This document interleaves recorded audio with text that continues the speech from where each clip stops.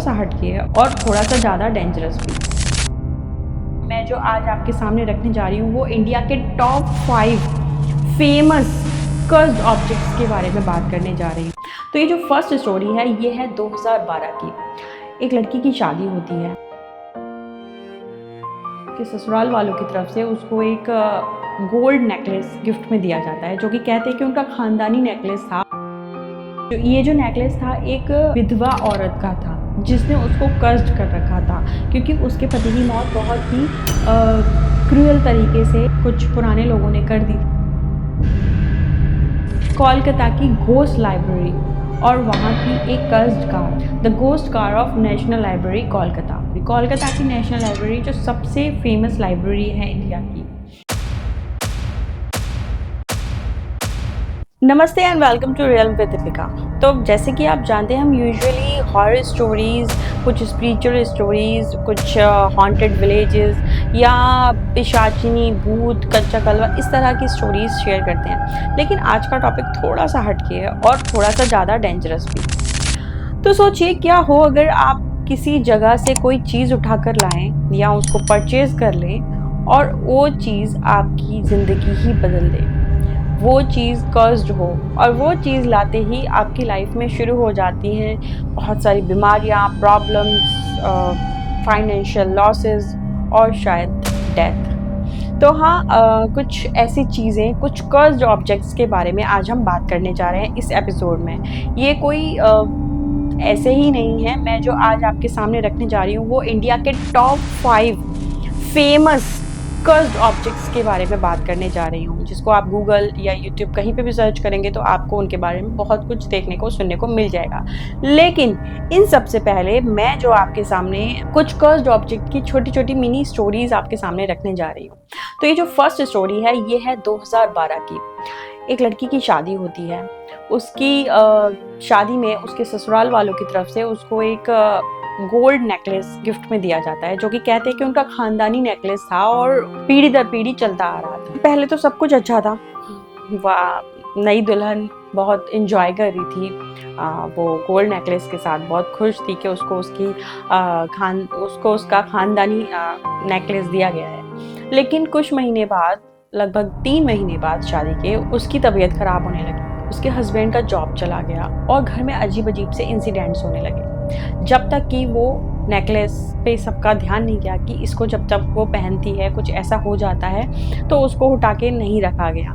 उसके बाद जब इसकी कहानी पे ध्यान दिया गया तो बताया गया उनके पूर्वजों ने ये जो नेकलेस था एक विधवा औरत का था जिसने उसको कर्स्ड कर रखा था, क्योंकि उसके पति की मौत बहुत ही क्रूअल तरीके से कुछ पुराने लोगों ने कर दी थी। तो एक्चुअली उस हार की वजह से तो उसने उस हार को कर्स्ड कर दिया था। तो इसकी वजह से वो आज कर्स्ड नेकलेस किसी के भी पास जाता है तो उसकी बर्बादी का कारण होता है। इसके बाद मैं जो दूसरी स्टोरी आपको सुनाने जा रही हूँ ये है 2005 की, मुंबई की। एक बार एक डीलर ने एक पुराने ब्रिटिश बंगलो से एक एंटिक मिरर परचेज किया और जैसे ही वो मिरर अपने घर में लेकर आया, स्टार्टिंग में सब कुछ ठीक रहता है एज यूजुअल। तो उसके भी साथ स्टार्टिंग में सब कुछ ठीक था, लेकिन उसके बाद उसके साथ कुछ अजीब अजीब सी घटनाएं होने लगी। जब वो रात में सोता और कभी कभी वॉशरूम जाने के लिए या किसी भी वजह से उठता, तो अगर वो उस मिरर में गलती से देख लेता था तो उसके फेस के पीछे भी उसको एक परछाई दिखाई देती थी और वो बहुत ही ब्लैक कलर की धुंधली परछाई होती थी और वो उसे समझ में आता था कि एक आदमी की परछाई थी। कुछ दिनों बाद उसके साथ फाइनेंशियल लॉसेस होने लगे।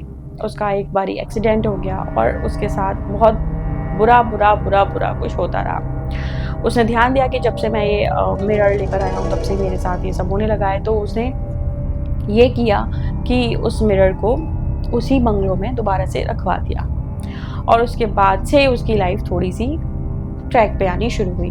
तो यस, दिस इज़ ट्रू, ऐसे कर्स्ड ऑब्जेक्ट्स होते हैं। तो ये थी 2 स्टोरी जो कि रियल स्टोरीज पे बेस्ड थी। इसके अलावा अब मैं बात करूंगी इंडिया के टॉप 5 मोस्ट कर्स्ड ऑब्जेक्ट्स। तो इस लिस्ट में नंबर 5 पर जो मोस्ट कर्स्ड ऑब्जेक्ट आता है वो है कोलकाता की घोस्ट लाइब्रेरी और वहाँ की एक cursed car, the ghost car of national library Kolkata. Kolkata की नेशनल लाइब्रेरी जो सबसे फेमस लाइब्रेरी है इंडिया की। ये लाइब्रेरी सिर्फ एक लाइब्रेरी, नॉर्मल लाइब्रेरी, इस लाइब्रेरी के साथ जुड़ी हुई हैं बहुत सारी पैरानॉर्मल एक्टिविटीज़, बहुत सारे ऐसे हादसे और बहुत सारी ऐसा इतिहास। तो उसके मैं डीप में नहीं जाऊँगी, इसके मैं जो कर्स्ड ऑब्जेक्ट है उनकी बात करूँगी। ये लाइब्रेरी तो कर्स्ड है ही, ये एक प्लेस है, लेकिन इसका जो ऑब्जेक्ट है वो मैं बताती हूँ। एक कार, एक वाइट कलर की एम्बेसडर कार, रोज़ मॉर्निंग में वहाँ के गार्ड्स ने और वहाँ पे जो मॉर्निंग में लोग रहते हैं उन्होंने एक एम्बेसडर कार, वाइट कलर की एम्बेसडर कार को हमेशा आते हुए देखा है। उसके आने की आवाज़ होती है, उसकी हेडलाइट्स ब्लिंक होती हैं, लेकिन हमेशा उसकी ड्राइवर सीट पर कोई नहीं होता है। वो बिल्कुल जिस स्पीड में आती है उस स्पीड में चली भी जाती है। तो ये लाइब्रेरी की जो कार है, एम्बेसडर कार, कहते हैं कि ये किसी ब्रिटिश ऑफिसर की थी और ये इसकी फेवरेट कार थी।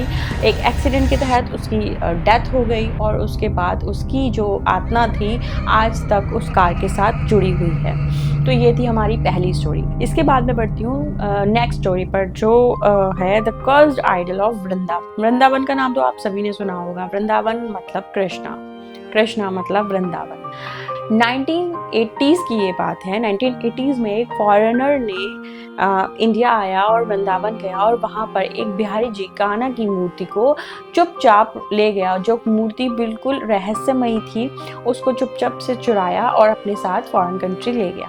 उसके साथ जैसे ही वो अपने साथ वो मूर्ति को लेकर गया, उसके साथ अजीब सी घटनाएं होने लगी। उसको लगने लगा कि उसके हमेशा आसपास कोई है। जब वो रात में सोता तो उसको पायलों की आवाज़ आती, चलने की आवाज़ आती और कुछ उसके साथ ऐसे खौफनाक से एक्सपीरियंस होने लगे, कुछ एक्टिविटीज़ होने लगी जिससे वो बहुत डर गया और उसका जीना मुश्किल हो गया था।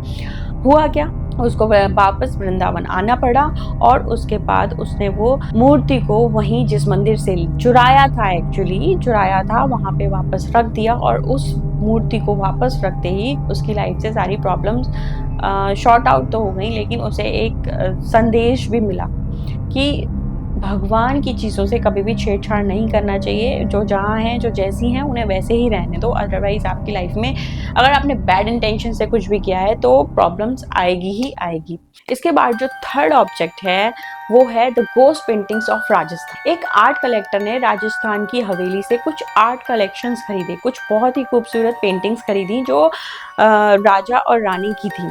उस पेंटिंग्स के अंदर राजा और रानी के बहुत सुंदर फोटोज मतलब चित्र बने हुए थे। वो अपने साथ उन पेंटिंग्स को अपने घर लेके आया। जब वो पेंटिंग्स अपने घर साथ लेकर गया तब स्टार्टिंग में एज यूजुअल सब अच्छा था, वो लेकर गया। इन सारी स्टोरीज़ के मैं डेप्थ में नहीं जा रही हूँ क्योंकि अगर मैं इन स्टोरीज़ के डेप्थ में गई तो एक पॉडकास्ट ही लगभग आधा घंटे या 1 घंटे का हो जाएगा, इसलिए मैं आपको बहुत शॉर्ट में ये स्टोरीज सुना रही हूँ। वो आर्ट कलेक्टर उन पेंटिंग्स को अपने घर ले गया। पेंटिंग्स को घर ले जाने के कुछ दिनों बाद वो देखता कि जब भी वो रात में उठता या दिन में दोपहर के टाइम में उठता और उन पेंटिंग्स को देखता तो उन पेंटिंग्स के जो इमोशंस थे वो चेंज हो जाते थे। जैसे कि अगर वो पेंटिंग्स नॉर्मली स्माइल कर रही हैं तो दुखी एक्सप्रेशंस में उनको देखने लग जाती, या फिर वो पेंटिंग्स बड़े गुस्से में उनको दिखने लग जाती। तो इसके पीछे की वजह क्या थी? वो उसके पीछे की वजह थी तो इसमें जो राजा रानी थे, जो राजस्थान के ओल्ड किंग एंड क्वींस थे, उनको उनके अपनों ने ही जहर देकर मार डाला था बिकॉज ऑफ द एम्पायर। सो वो पेंटिंग, उसके बाद उनकी ऐसी एक पेंटिंग बनाई गई और उसी पेंटिंग में उनकी जो स्पिरिट थी वो आज भी है। तो ये है कर्स्ड ऑब्जेक्ट्स। इसके बाद जिस ऑब्जेक्ट की मैं बात कर रही हूँ वो है द कोहिनूर डायमंड, दुनिया का सबसे फेमस और श्रापित हीरा। एक पुराना कर्ज कहता है कि इस हीरे को अगर कोई भी पुरुष मेल अगर पहनेगा तो या तो उसकी डेथ हो जाएगी, पहले वो परेशानियों से गुजरेगा और लास्ट में डेथ हो जाएगी। तो इसके पीछे सिर्फ कोई देवता या फिर कोई स्त्री फीमेल ही इस हीरे को धारण कर सकती है, अदरवाइज ये जो भी पुरुष मेल इस कोहिनूर डायमंड को कैरी करेगा तो उसके साथ अच्छा नहीं होगा।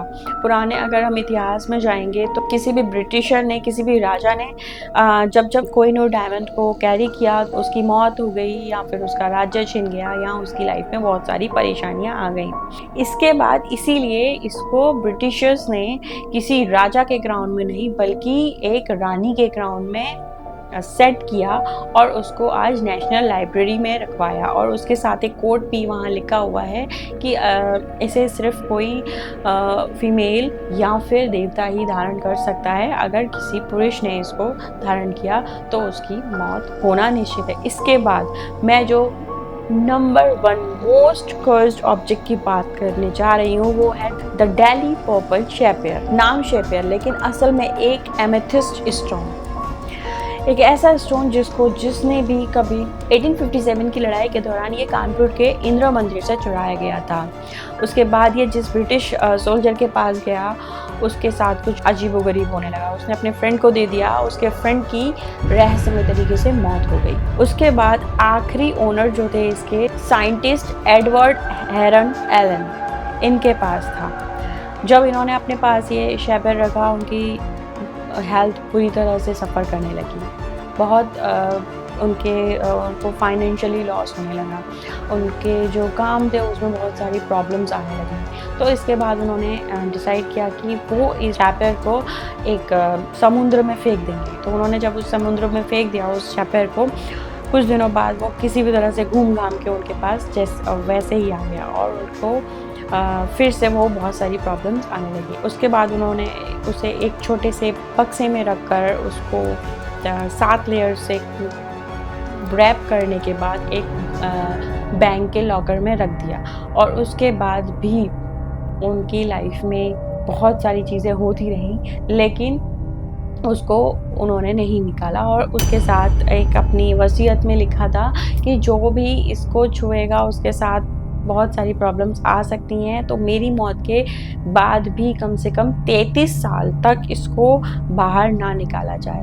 आज ये शेपेयर लंदन के नेचुरल हिस्ट्री म्यूजियम में रखा गया है कि उस वार्निंग के साथ जो उस साइंटिस्ट ने अपनी विल में लिखी थी। तो ये थे इंडिया के कुछ मोस्ट हॉन्टेड कर्स्ड ऑब्जेक्ट्स जो सिर्फ कहने के नहीं है, ये सच है। चीज़ें ही नहीं, इंसान ही नहीं, जगह ही नहीं, बहुत कुछ ऐसा कर्स्ड होता है जो आपकी लाइफ को पूरा बदलता है। तो सतर्क रहें, सावधान रहें, इन सब चीज़ों से दूरी बना के रहें। जब आपको पता चले कि कुछ ऐसा है जो आपकी लाइफ को डिस्टर्ब कर रहा है, उसको अपनी लाइफ से दूर कर दें, चाहे वो इंसान ही क्यों ना हो। तो दोस्तों ये थी इंडिया की 5 मोस्ट कर्स्ड ऑब्जेक्ट्स। तो आप बताइए, अगर आपके सामने ऐसी कोई कर्स्ड चीज़ आ जाएगी तो आप क्या करेंगे? क्या आप उसे रखेंगे किसी लालच के तहत या फिर उसको उसी जगह पे छोड़ देंगे या फेंक देंगे जहाँ से उसे आप लेकर आए थे? तो ये थी आज की स्टोरी। मैं मिलती हूँ आपसे अगली स्टोरी में।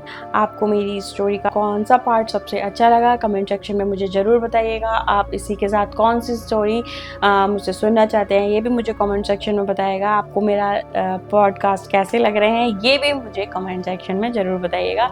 अगर आपके पास कोई हॉरर इंसिडेंट, स्पिरिचुअल इंसिडेंट या कोई और भी कहानी है जिसे आप मेरे साथ शेयर करना चाहते हैं तो मेरी मेल ID डिस्क्रिप्शन में एडेड है। आप जाइए और जल्दी से मुझे अपनी कहानी शेयर कीजिए। मैं आपकी कहानी अपने पॉडकास्ट पे नरेट करूँगी। तो मिलते हैं अगले किसी मोस्ट हॉन्टेड या हॉरर स्टोरी के साथ। तब तक के लिए शुभ रात्रि।